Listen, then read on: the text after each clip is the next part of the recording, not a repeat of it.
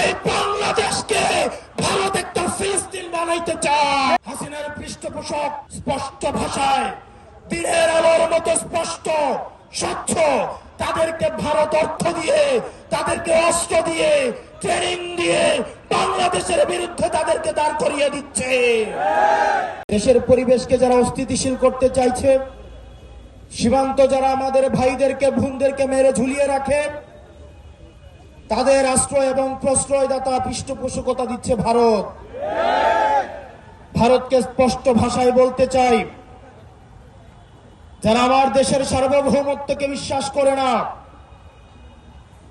যারা আমার দেশের সম্ভাবনাকে বিশ্বাস করে না, যারা ভোটাধিকারকে বিশ্বাস করে না, মানবাধিকারকে বিশ্বাস করে না, যারা এই দেশের সন্তানদেরকে বিশ্বাস করে না, আপনারা যেহেতু তাদেরকে আশ্রয় প্রশ্রয় দিচ্ছেন, কথা স্পষ্ট করে বলে দিতে চাই, ভারতের যারা সেপারেটিস্ট আছে বাংলাদেশে, আমরা তাদেরকে আশ্রয় প্রশ্রয় দিয়ে যে সেভেন সিস্টার রয়েছে সেটাকে বাংলাদেশ থেকে, ভারত থেকে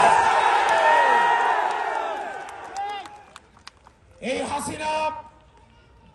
হাসিনার পৃষ্ঠপোষক স্পষ্ট ভাষায় দিনের আলোর মতো স্পষ্ট স্বচ্ছ, তাদেরকে ভারত অর্থ দিয়ে, তাদেরকে অস্ত্র দিয়ে, ট্রেনিং দিয়ে বাংলাদেশের বিরুদ্ধে তাদেরকে দাঁড় করিয়ে দিচ্ছে।